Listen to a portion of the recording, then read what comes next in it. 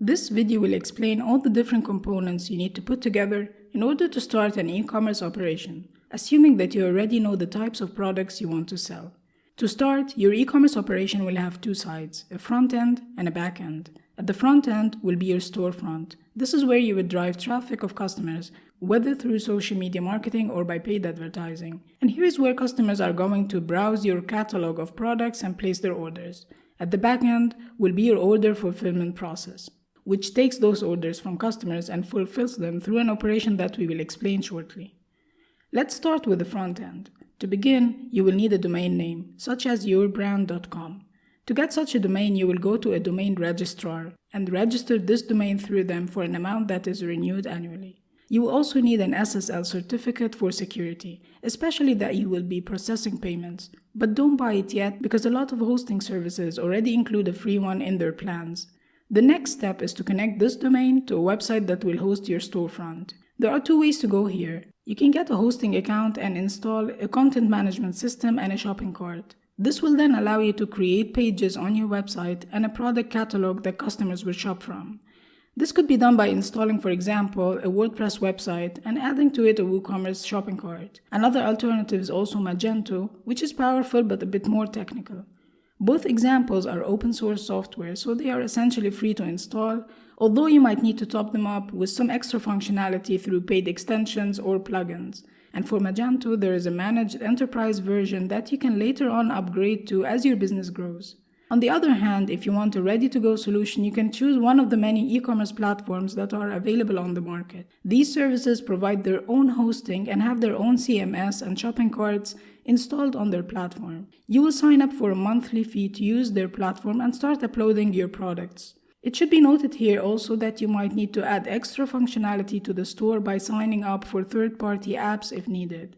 And some of these platforms also charge you a transaction fee on everything that you sell. In addition to the e-commerce platform, you will also need a way to process online payments. This is normally done by getting a merchant account, which is an account that you get directly through your bank and connected to your online store through a secure payment gateway. If you're just starting out, however, you can also go for a payment service provider instead. Payment service providers allow you to process payments under their own aggregated merchant account as a sub-account, so you don't need to go through the process of setting up a merchant account on your own, which might be a lengthy process that requires underwriting.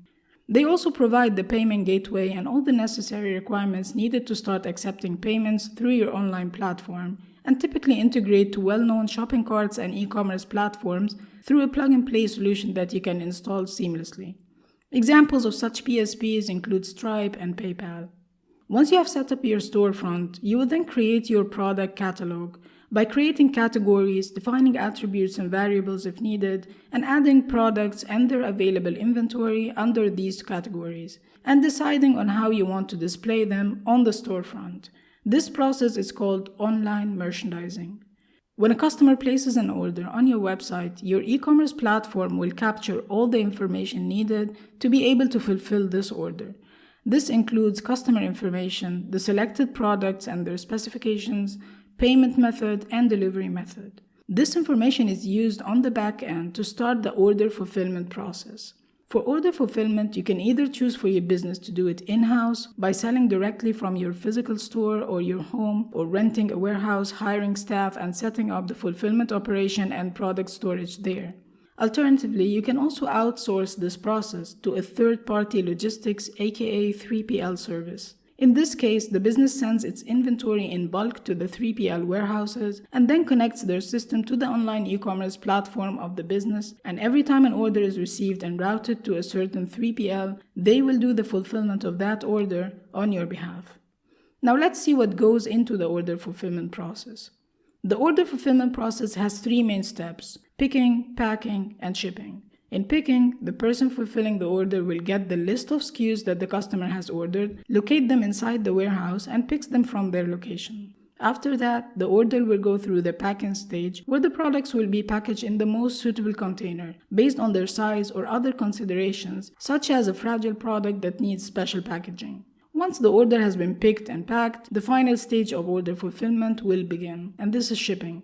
In shipping, the order will be delivered from the warehouse or store location to the destination that the customer has specified in their order. For that, you will need to contract a shipping service provider or multiple providers to ship your e-commerce orders. And you might also need to integrate them into your e-commerce platform so that their shipping rates can be shown to customers at checkout when they pay. Once the package is ready, the business will send a pickup order to the shipping service. This will specify where the package will be picked up from and where it will be delivered. This step generates an airway bill, which is a type of contract between you and the shipping service, and it's also used as a reference for the shipment and will be used for tracking later on. Once the courier has picked up the shipment and scanned it, it will start updating on the AWB tracking, and at this stage the business can update the order on the system as shipped and include the AWB number. This should trigger a notification that will be sent out to the customer, telling them that their order is on the way and how to track it using the reference number.